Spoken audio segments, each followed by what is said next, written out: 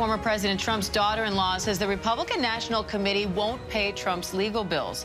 Lara Trump was recently elected co-chair of the RNC, and her leadership is already raising some questions about the committee's role in this election cycle.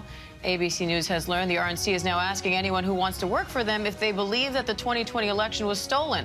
The RNC said in a statement, quote, "We want experienced staff with meaningful views on how elections are won and lost." ABC News political director Rick Klein joins me now for more. Rick, Lara Trump insists Republicans are moving past 2020 in that election, but Trump has repeated these false claims about the election being stolen on the campaign trail. So how significant is it that the RNC is now giving applicants what appears to be a litmus test on this issue?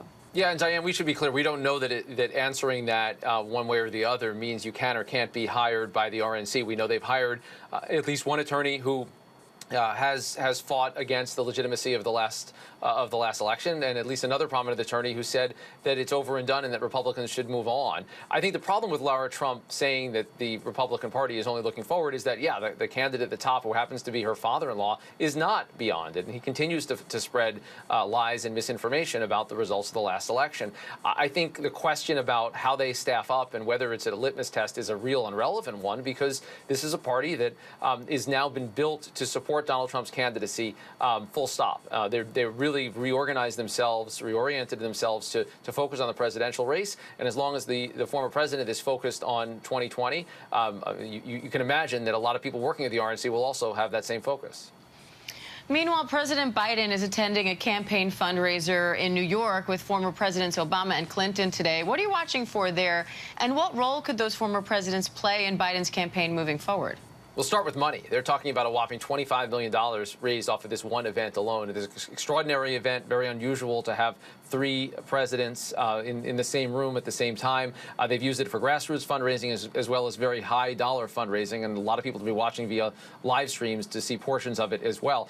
I think on the trail, I don't expect we're going to see a lot of Bill Clinton, although there's still pockets of the party where he's very popular. But Barack Obama remains a very popular figure and someone that I think Biden will want to have out there as much as possible. I look for both he and Michelle Obama to be relatively active. They've let it be known that they'll do what they can to support Joe Biden, the man that he served under for 8 years as vice president.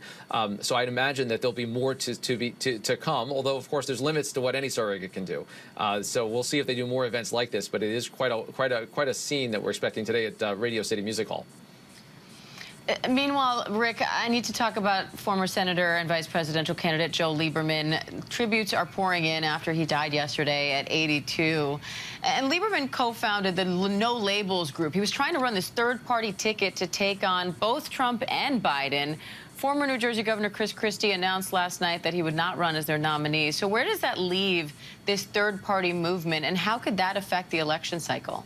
Yeah, right now, No Labels does not have a candidate, and they've struck out on all of the major efforts that they engaged in. Chris Christie was the latest in a long list of people, including Joe Manchin and Larry Hogan, Jeff Duncan, the former lieutenant governor of Georgia, Chris Sununu. All these people have said thanks, but no thanks for your interest. I do think it's TBD whether it's impactful this cycle or not, but I think what Lieberman made his final political project is something that's brewing in America. There are a lot of people that are upset about the two-party system.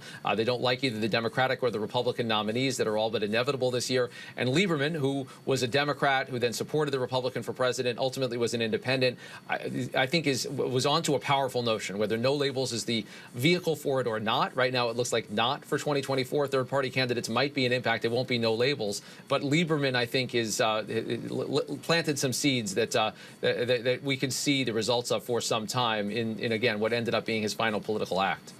All right, ABC News political director Rick Klein. Rick, thank you. Hi, everyone. George Stephanopoulos here. Thanks for checking out the ABC News YouTube channel. If you'd like to get more videos, show highlights, and watch live event coverage, click on the right over here to subscribe to our channel. And don't forget to download the ABC News app for breaking news alerts. Thanks for watching.